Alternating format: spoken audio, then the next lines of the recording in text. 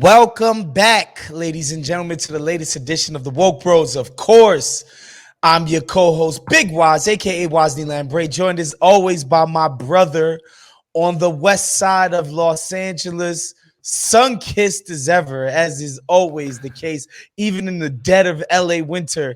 Nando Vila, what's going on, bro? Yeah, you got your hoodie on. You cold, dude? Is it cold in the valley? It's hoodie season. It's hoodie season. Yeah, it's about time. On today's show, man, it wouldn't be a Woke Bros if we didn't cover some of the stuff that's happening in labor politics across the country and what many people are calling Striketober across a vast array of industries, all workers basically saying the same thing. We're overworked, underpaid, and we're sick of this shit. We're going to get into the intricacies of that. Of course, we have to update you on Uncle Joe's infrastructure bill, which the Dems are quickly but surely caving on. And who could have saw this one coming, Nando Vila? But first, we got to talk about, man, the death of an American patriot, an American warmonger, an American instrument of the machine of American imperialism, industrial war complex, you name it. Colin Powell, he died a couple of days ago of cancer and colon. Excuse me, I was about to say colon because cancer and colon. It's weird. It's just weird. But Matt Crispin was talking about, like, why do they call it colon? Why do they call him Colin and not Colin? Because it's one L. But Colin Hanks is one L too, and it's Colin. I don't know. I think he probably just wanted to distinguish himself. So he's, right. You know what I mean? He's Colin Powell, but he died of COVID and cancer complications 2 days ago. The guy was 84 years old, super decorated, member of the armed services, first black secretary of state, first black chairman of the Joint Chiefs, decorated army career. His death brought on an array of reactions on social, in corporate media. People who listen to this show will not be surprised to know that the usual suspects, the freaking milquetoast libs who always want to do the job of laundering conservatives and war hawks who say the right things and don't, call gay people the F word and, want to see black people get hung. Like, once you do that, you're good enough. Once you don't wear a Klans hoodie, like, no matter how horrible your record was, you're good enough. And we saw this guy's reputation being laundered and cleansed in real time. Like, it was so predictable that the usual suspects would be on there. But, I got to say, as somebody who is of West Indian descent, I know a lot of Caribbean people hold this guy in high regard and high esteem because of what he's accomplished here in America, right? Like, he's like the immigrant's dream, like to be the child of a Jamaican immigrant to, ascend to these levels of power in government. Like, it doesn't get much bigger than this. So he's been lionized all over the place in the West Indian community and, of course, the black community at large. But for me, because I didn't even realize he had did all of this shit in Vietnam, covering up My Lai massacre. I didn't fucking realize he was part of Iran Contra because he was in the Reagan administration for all of that. So, the stuff in Nicaragua, the stuff in Panama, and then of course, what I always knew him for was giving respectability and cover to the disastrous, horrible, the atrocity that was the Iraq War. So it's like, damn, Colin Powell stunk up the joint. Well, you said it yourself, Waz. It is kind of remarkable that a black man of West Indian descent would rise to that level of power. But then you got to ask yourself, why? Why? How? Yeah. What did he do? It's not that he was just better at the war stuff than the other people. That's not what it is. Like, he's not like, he wasn't like, the guy who was just better than the other guy at moving the little chips around on the map. He's really good at bureaucracy. He was a good bureaucrat. Exactly. And he was willing to do the things that were necessary to, willing to get his hands dirty, willing to do the things that were necessary in service of the American war machine, whether it was participating in a cover-up of the My Lai massacre in Vietnam, whether it was, you know, the various crimes of the 1980s, the invasion of Panama, which is just like a total fucking sham from the beginning to end, the first Gulf War, and then, you know, like his thing with the Iraq War was that because liberals loved him because he was black, and you know, seriously, I mean, that's like why they loved him, like, that's right? it. That's you the know, like beginning and why end of else it. would they fucking give a shit about some Republican General. politician? Yeah, general. And his role in like you said, laundering the invasion of Iraq, in which he claims that he, like, you know, had some misgivings about it, and he you know, he went to the CIA a few days before that big speech at the UN, which was pivotal in selling the war. Like, it's hard to describe how pivotal that speech was in selling the war. He's like, I went to the CIA and I grilled them about the intelligence and to see what parts of the speech were true and which are, you know, it turns out it was all bullshit. So which either sells like all of it, though, but like all of it. All of it. Like, there was no, it wasn't like, oh, they had some embellishments that made it look better. Like, all of it was bullshit. Yeah.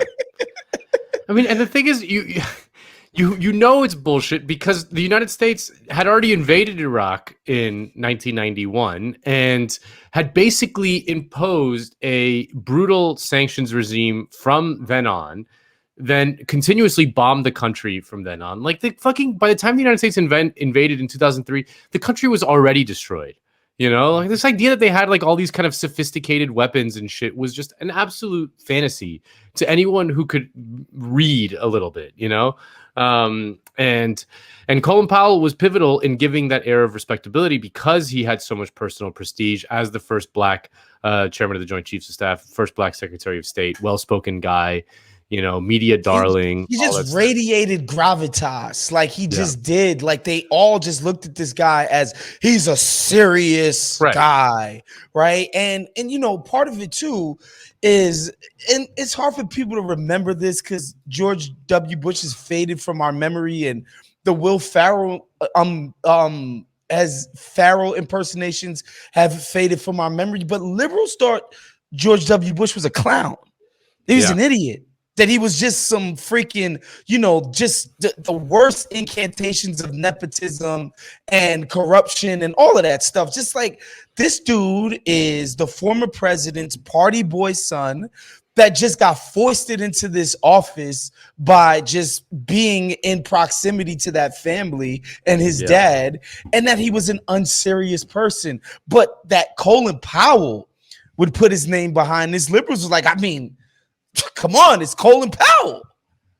Yeah, I mean, Colin Powell, like, you know, like you said, he was the chairman of the Joint Chiefs during Bush Padres presidency, Papa Bush, HW, who was like, you know, he comes off as like this genial old man, but who was like a legit like deep state psychopath. You know, ran the CIA, was a former CIA agent who might as well have CIA tatted on his forehead, bro. Seriously, like he was the American empire, like, personified.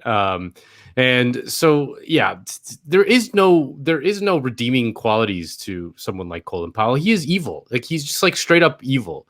But our superficial understanding of this kind of thing makes it so that he can be a lionized human being, when in any kind of rational, you know, moral society, he would be fucking demonized as a warmonger, criminal, disgusting cretin. I don't know how to explain it. You know, like, what he did in the run up to Iraq War was almost, I don't know if it's definitely as disgusting, but it might even be more disgusting than what like an obviously evil person like Cheney or Rumsfeld would do, is because he gave it the cover. He was essential in giving it that air of respectability, which was enough to sell the war. Like, if they had, you know, had he done the right thing and been like, gone to the UN and be like, this is all bullshit, all these people are lying to you, and I'm quitting right now. Like, if he would have done what Kendall Roy did in the last episode of Last Succession, maybe the war wouldn't have happened. But and it's instead, hard to present these counterfactuals. yeah, But again, like his role in American foreign policy, although because I was reading Spencer Ackerman's Substack called yeah, Forever Wars about this, and Ackerman's like, look, it's not that the speech at the UN wasn't important, it's that sometimes it gets overstated, because by the time he went to give that speech, they had sodded the field for this, man. Like, this thing was gonna freaking happen, and Powell did nothing before that to stop it. yeah, Because like Powell had always kind of had a beef with Cheney and Rumsfeld, right? Like, he kind of looked at those guys as cowboys. yeah, And so Powell was a weakling, and in DC, like, everybody is only sucking up to the people that they perceive to have the ability to push levers on things, and Powell wasn't seen to be that. Like, it was obvious that yeah. the power circle was within Cheney and his mentor Rumsfeld. But what still, like, people like at the Washington Post and the New York Times and the New Republic, like, once Colin Powell does this shit, it's like, of course, hoity-toity liberals are like, come on. That crowd of people were just like, oh, no, this is all we needed. Of course, this is the right thing to do. So it's like, it's hard to understate the symbolism of this guy going out and betraying the shit. And like, again, like, people are going to come out and call him a patriot and blah, blah, blah. That's not patriotic. And, to your point, Nando, about something that's purely evil, we know what Cheney and Rumsfeld wanted to do. Cheney, of course, he's got all his homies in the defense industry super rich, himself included. And Rumsfeld, they had this fantasy of starting these new beachheads in the Middle East of, like, modern, unfiltered capitalism. Like, the idea that the U.S. was going to send all of these business interests there.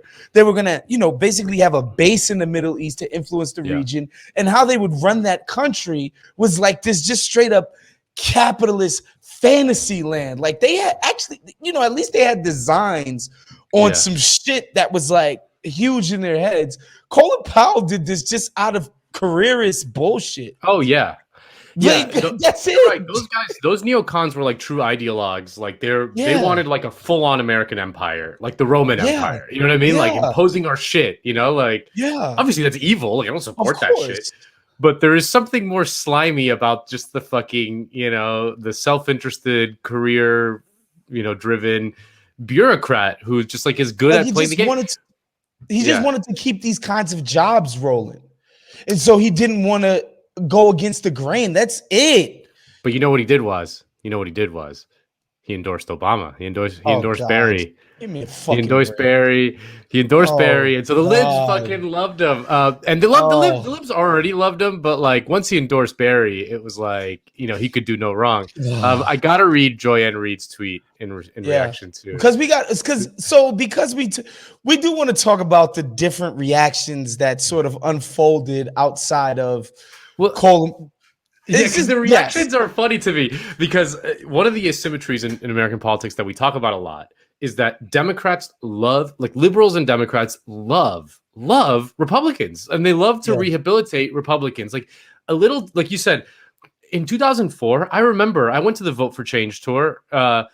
Liberals fucking hated Bush, and now they love him. His approval rating amongst liberals is like in the fucking 70s. And like Bush is like one of the most evil people to ever live. And liberals fucking love him. So liberals love to rehabilitate disgusting Republicans, whereas Republicans would never do that with liberals. They're like, oh, Bill Clinton, he murders people all the time. They're still on Vince Foster. Are you shitting me? Yeah, they would never be like, you know what, Bill Clinton wasn't that bad. Now, in retrospect, no, they'd be like, no, he was worse. Like, nobody's gonna go on Fox News. Like, Tucker Carlson's not gonna go on Fox News and lionize Ruth Bader Ginsburg. No. You know what I'm saying? Like, it just wouldn't happen. Like, not to say that we should mimic everything Fox News does, but like, what is the utility of this shit? I don't get it. It's nothing, because what's happening is that because liberals love Colin Powell, liberals like Joanne Reed, which her tweet is just like the funniest thing, one of the funniest things I've ever read, because in her response to that, she goes, General Colin Powell's death is so shocking and heartbreaking. He had some tough moments around our wars, but was fundamentally good and decent man and a great American we could all be proud of. I know my Caribbean American fam certainly are. Wishing peace to his soul and family. He had some tough moments around our wars, He was the chairman of the fucking Joint Chiefs of Staff, but he had some, some tough moments. Tough moments. The Iraq War, 1 million people dead. Tough moments, dude. Bruh, like literally gave the cover. Like literally. Like, and again, the only reason he did it was like, all right, I still want to be in good standing for these jobs. That's it. It's not like, oh, I might have gone to jail or, this would have cost me. I just wanted to be in line for these positions, right? Like I want to still be appointed. And, one day I want them to appoint me the ambassador to some country that really fucking matters. Or one day I still want to be in the circle. And so I can't even portray this obvious disaster. And, a lot of this shit was in his memoir and all of this shit. Like he claims that, part of his mission as a public servant, as somebody who served and was a veteran of the Vietnam War, was to make sure we never did that shit again. And then the obvious next Vietnam was staring at you right in the fucking face. And what did you do? You held a fucking flask of talcum powder up at the freaking UN, and it's just embarrassing. And Joyanne Reid. So that was Joyanne Reid's send off to Colin Powell. I want to read to you guys the 45th president Donald Trump's send off to Colin Powell, because this statement is just goodness. His Trump statement. Wonderful to see Colin Powell, who made big mistakes on Iraq and famously so-called weapons of mass destruction, be treated in death so beautifully by the fake news media. Hope that happens to me someday. He was a classic rhino. If even that, always being the first to attack other Republicans. He made plenty of mistakes, but anyway, may he rest in peace. But anyway, may he rest in peace.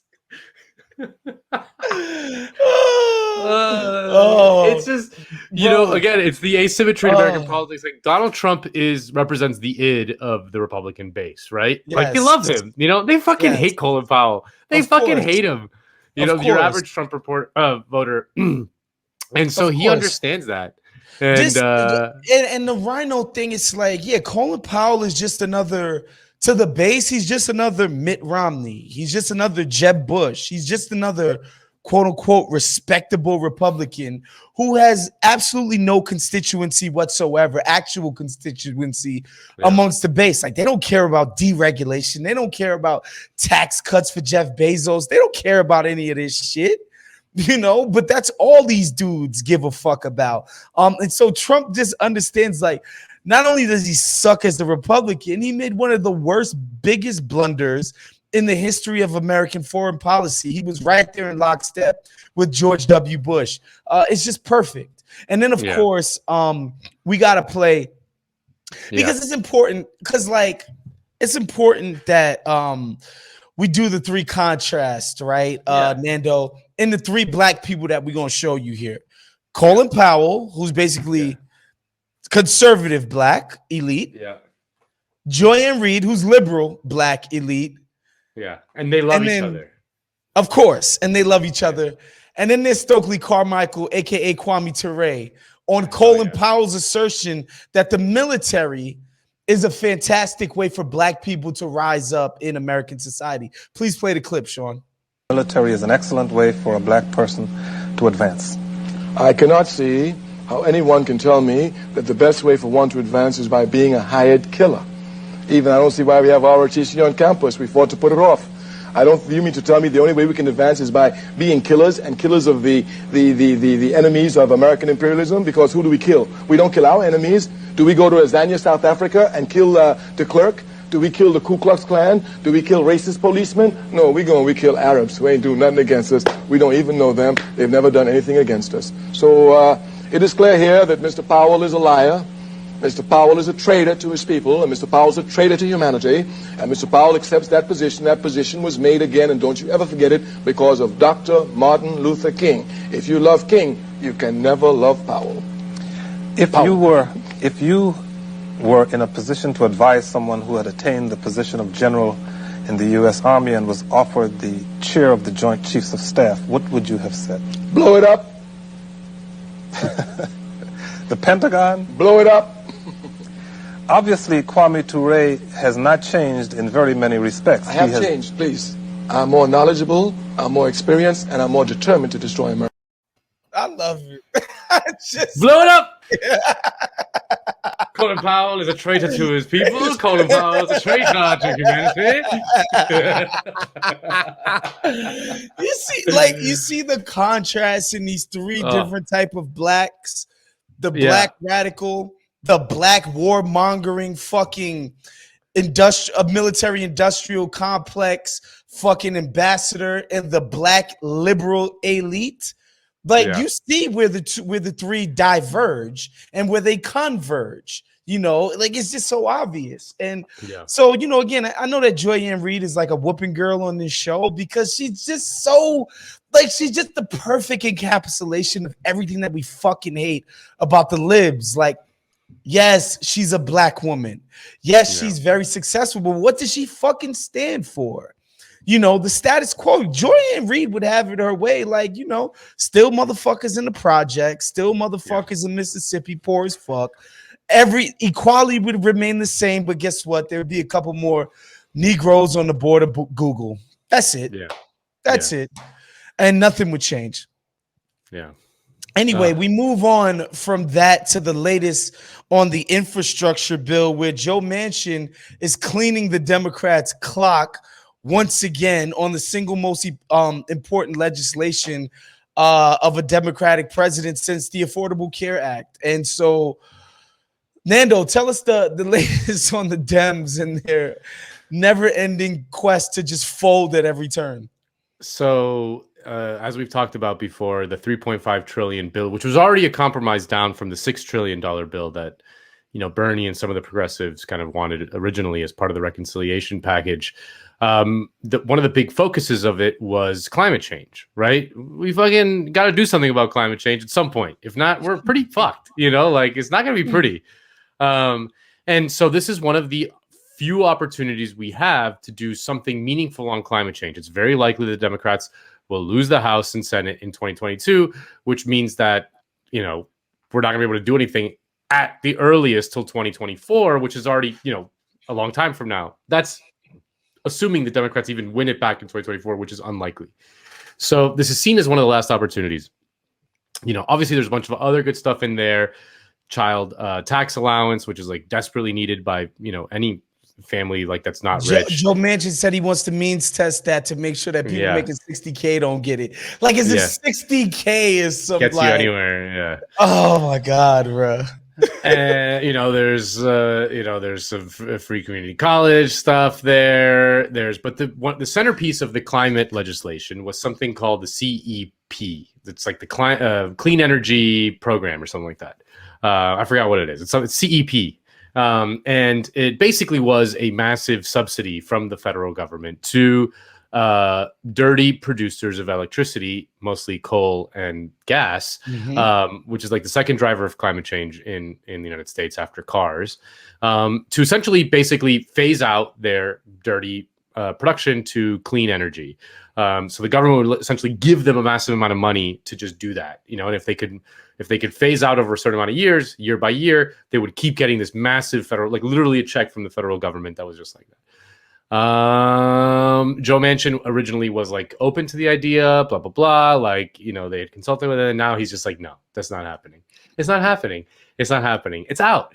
It's out. And the Democrats are okay, it's out. It's out. What do you want? It's out.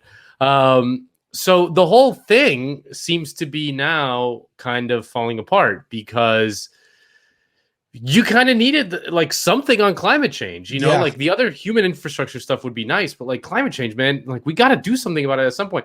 So that's out. That's just out right now. So the question becomes now, do the progressives tank the whole thing? And I think that there are strong arguments that they probably should. But I think that the real lesson from all of this fucking charade that we've been seeing for the last year and a half since Joe Biden took the presidency, is that, man, we just don't have the ability anymore to influence these people. That we're not organized enough to influence these cats, to make them pay, to have them scared. Like Joe Manchin has been.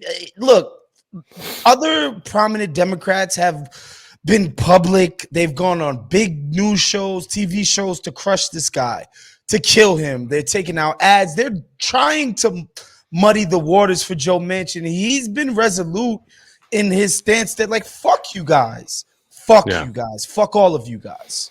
Yeah. And the thing is, like, that they're not doing much to pressure him.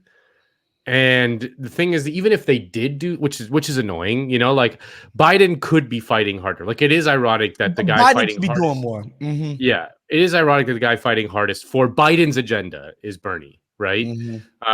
And that this is Biden's agenda, and Bernie's the one fighting hardest for it. But Biden himself is not fighting hard enough. But the reality is that if Manchin wants to tank it, he can fucking tank it. And will he suffer any consequences? No, he won't. Really. Like, they don't really have anything on him.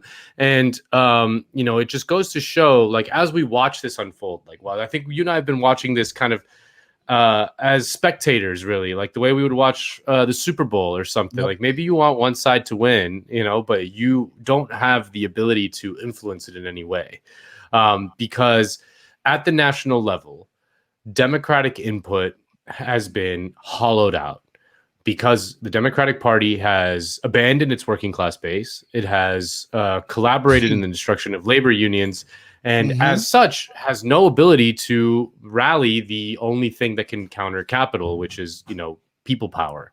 And the only way to rally that is through an organized labor union movement. And once the Democratic Party abandoned that and turned into this kind of, like, you know, consultant class media party full of these kind of, like, you know, Kamala Harris types, pointy-headed fucking academic types and professionals. And shouts to my boy Arthur. I know he's gonna listen to this, and he's like, one day we're gonna have a talk with you guys about how much you diss people that got degrees. Yeah, well, yeah, they fucking suck.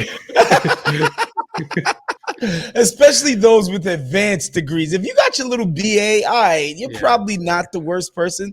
But if you've done any extra fucking college in your life, you got like a 90% higher chance of being an insufferable douchebag than somebody who has it. That's just just how it goes. That's how the cookie crumbles. College is where the ruling class is kind of built, right? And the sort of bourgeois norms that, you know, we really kind of find annoying on the show are really fostered in college. I mean, that's why the CIA posts that video of them being like, I'm a queer BIPOC Latinx with imposter syndrome, and I'm a CIA agent. It's because they need to get college kids, and of course, like, the CIA is just a bunch of college grads anyway, right? Yeah. Like, they understand the fucking language of those fucking places. It's pathetic. Yeah. So I think the lesson from all this is, like, again, we could watch it as a spectator sport the way we would watch the Super Bowl, but the real politics, the real kind of ability for any normal person to influence their surrounding comes first, like, you know, at the local level, on some level, like that there is organizing going around in New York and LA, especially, and in Philadelphia and other places that have improved lives and will improve lives if it continues, and if you know, important kind of left-wing candidates can continue to take power in those places. But the real thing that makes the difference in every single, and we've talked about this a million times, in every single progressive thing that's ever happened in human history ever, you know, certainly under capitalism, has come from an organized working class movement. And the only way to do that is through labor unions. And forever, especially in the 2010s, working class labor militancy has been an absolute low. It took forever to recover from the financial crisis in 2008. And we saw, like, record lows in strike activities and things like that. This month was Striketober, baby. It is Striketober. We are seeing worker actions all over the place. I mean, there was the vote for the IATSE strike, which passed overwhelmingly, like 90% participation. Yep. Yeah, 90% participation and 99 like voting to authorize the strike. They came to a tentative deal, the union leadership and the studio leadership, but now the members have to vote on it, and it's not clear that they're going to ratify the agreement. Yeah. John Deere, 10,000 workers are striking at John Deere factories. And did you see the videos and the news stories of like John Deere sending in their like managers and shit to run the plants and like immediately getting fucking calling the cops because they like keep crashing forklifts everywhere. That wasn't gonna happen. And you know, it's so interesting because again, I think of a company like John Deere and culturally what that company stands for, the idea that there's, you know, basically a labor strike at that company. Yeah. It's, you know, it's interesting. I think it speaks to the things that we try to talk about on this fucking show about everybody's obsession with the culture war when it's like, yo, look, I don't know. I could take a fucking guess as to how those John Deere workers vote, generally speaking. Yeah. I bet they're not watching Insecure on HBO. I bet you they're not. But guess what? Every work is like, bro, the company is producing record amounts of profits. The CEO's pay has been bumped by 163%. They've given us nothing. And again, so that everybody understands, the fucking bosses never do anything out of the goodness of their hearts. It's only by force. It's only by actual like threats. And but you know, I feel like the word threat minimizes what it actually means. It's like, no, like you have to explain to them that you're gonna cost them money. You're gonna shut the shit down. You're willing to fucking fight them for these things. Again, like John Deere, you know, people would say the fucking free market psychopaths would be like, well, of course they're good. They're making so much money. Obviously, the workers are going to be incentivized after the money just goes trickling down on them and blah. It's like, no, it's not. The goal is to pay them as little as humanly possible for as long as you can. There's no social contract. There's no idea of quote unquote doing the right thing. The right thing is to make as much money as possible. Fuck these people who are busting their humps to produce these fucking profits for you, right? And you're seeing it all across. And I think another thing that you can't ignore, and what we've been covering here at Woke Bros a lot as well, is all of these numbers about worker power increasing during this pandemic. Workers quitting at an all-time high last month. Workers saying, fuck these whack-ass jobs that you guys have been offering us. It's not good enough. Make it better. And I think that climate has to affect the amount of people who are going out saying, fuck this shit. Yeah. I don't need this shit. And one of the contradictions of going on right now is that the tight labor market, which we've covered, you know, like employers are complaining that they can't find workers, they can't hire workers. The tight labor market creates more worker militancy because it gives them the sense that like, yo, these people need me. You know, like there's not like a bunch of workers lying around that they can just replace me easily. You know, so it increases worker militancy, but it also increases their frustration because they are overworked. Like one of the big things that all the IATSE people are complaining about are like these insane hours, you know, and the Kellogg strike and the Nabisco strike, which is going on. They complain about these like what they call suicide shifts, in which it's like, you know, 2 12-hour shifts in a row with just 8 hours in between for them to like go home, get a few hours of sleep and come back and then work another 12 hours. And like people are like committing suicide and shit. So they're working them to the bone, which because they can't find workers. But because of that, they're increasing worker militancy and they're getting more fed up and they're standing up a lot more. But I just want to read a paragraph from Labor Notes that really conveys the widespread nature of this. I mean, we talked about John Deere. That's 10,000 workers. We talked about IATSE. That's potentially 60,000 workers. There's also a Kaiser Permanente strike authorization happening in a bunch of states, California, Oregon, Hawaii, and other places. That would be 37,000 workers. And according to Labor Notes, they joined 2,000 hospital workers striking in Buffalo, New York. 1,400 production workers for Kellogg's in 4 states, 450 steel workers in Huntington, West Virginia, a one-day walk-off of 20,000 2,000 telecommunications workers in California.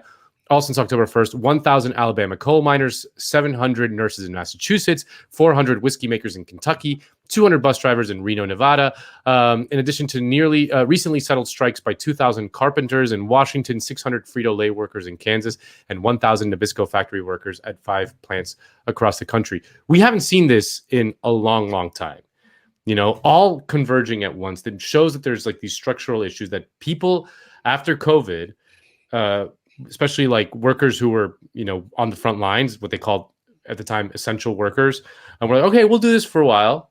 But like as shit's kind of like relaxing a little bit and the COVID thing is kind of easing out, they're like, okay, we did the shit. Now we want to get paid. Like now we want more. And it is the potential for for a revived labor movement. Like it's key for all these kind of disparate things to start talking to each other and cohere as a class-wide movement. Because if that does, then we will start to see real wins across a million things. But like it is really encouraging. Yeah, I don't see how you can look at it any other way. And again, the way these workers are laying out what the demands are and why, it's inarguable. Like, how can you hear the hours that these people are working? How can you hear stories about people working 18-hour days, then falling asleep behind the wheel on their way home? How can you hear the stories about the record number of profits and the fucking greed? How can you hear those stories and not understand that these workers are doing the right thing? You know, that's what I think. That's what I'm most encouraged about. It's like these demands are plain, and it's in lockstep with everything that we've been talking about. It's just like these aren't like this is shit ain't made up. It's facts. When people talk about like we haven't gotten a raise in a decade, we get no raises. They work us longer and longer hours. Like we got nothing to show for it. And again, our production, our efficiency has only grown for us to get none of the benefits. Because, you know, back in the days, they could rest on the, oh, lazy motherfuckers don't want to work. Oh, they just want a free pass. Oh, no, we're working longer, harder, making y'all more money for us to get none of the benefits of it. Something's got to fucking give. Can I talk a little Karl Marx just to explain a point? Please. Okay. Karl Marx made the point that under capitalism, workers are the ones who drive profit. Okay. This isn't like a sentimental thing. It is like a formula in that like a machine can only produce what it produces, right? And if everyone has the same machine, it produces the same. Workers are the only people that can produce, are the only thing in capitalism that can produce more than it's paid. I mean, that's the whole fundamental point of like worker exploitation, is that you can pay someone less than they produce, right? You can't do that to a machine. You just can't. The machine produces what it produces, right? And one of the contradictions of capitalism is that while workers produce profits for the system as a whole, at the individual company level, there is an incentive to replace workers with machines, right? Because in the short term, that increases their profits.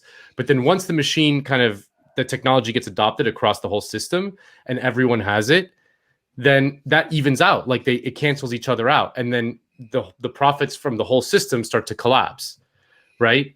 So we're in one of those kind of moments of declining profitability. Like we've seen it in the past and we're in one of those moments, which is why worker militancy is rising now. Because they realize that like, holy shit, we don't have enough workers. Workers are the ones who drive profits, so we got to squeeze them more. We just got to squeeze them even more to get more profits.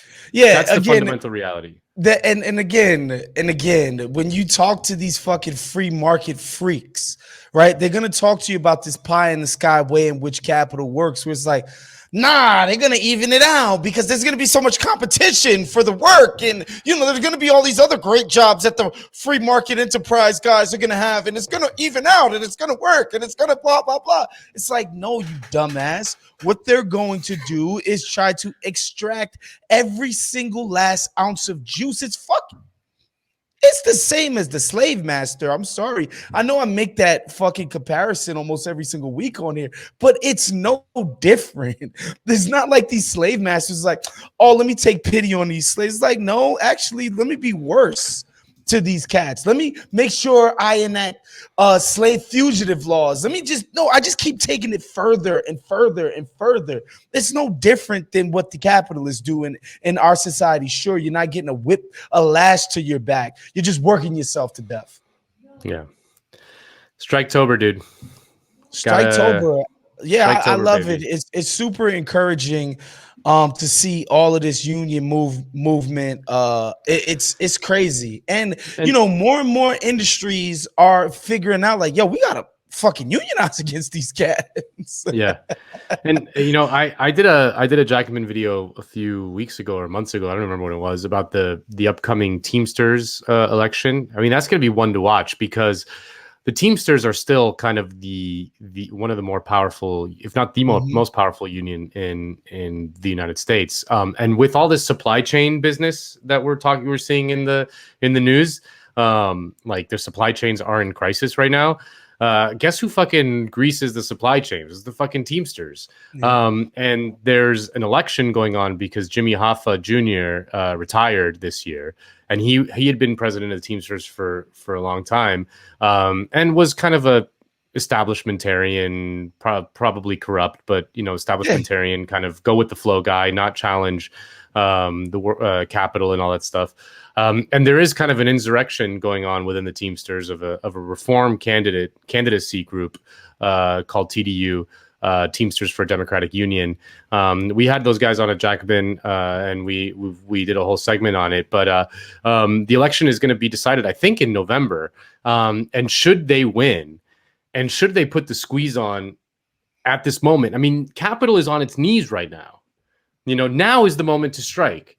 We saw like just how with the supply chains business, just how fragile the whole system is, right? The fucking big ass boat in the Suez Canal froze the global economy for like 6 months. It's like, a few Teamsters. Yeah, and I said it before over here. Like I worked at UPS. I was a part-time worker. We were Teamsters. That's part of the fucking logistical that UPS talks in their commercials, like logistics is this, that, and the third. From the drivers to the warehouse workers, they're all Teamsters.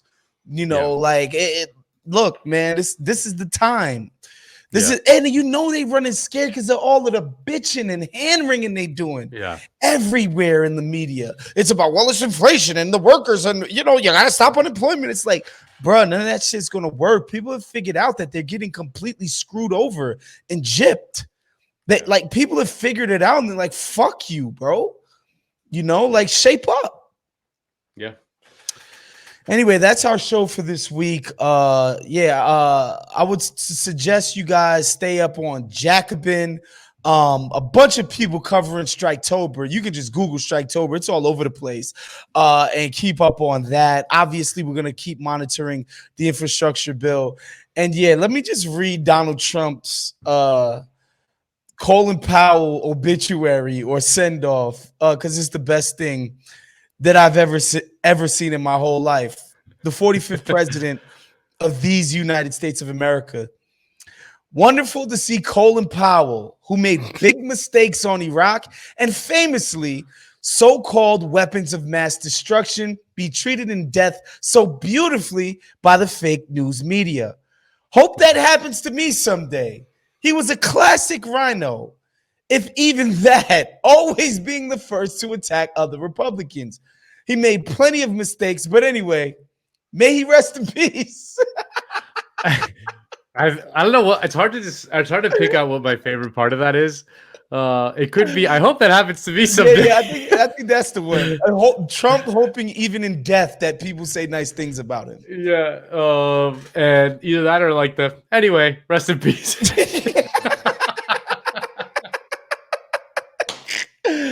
All right, that's our show for this week. We'll see you guys next week. Make sure you become a Patreon at patreon.com/CountTheDings. Of course, check out all the other Count the Dings offerings. We're out of here. Peace. Later.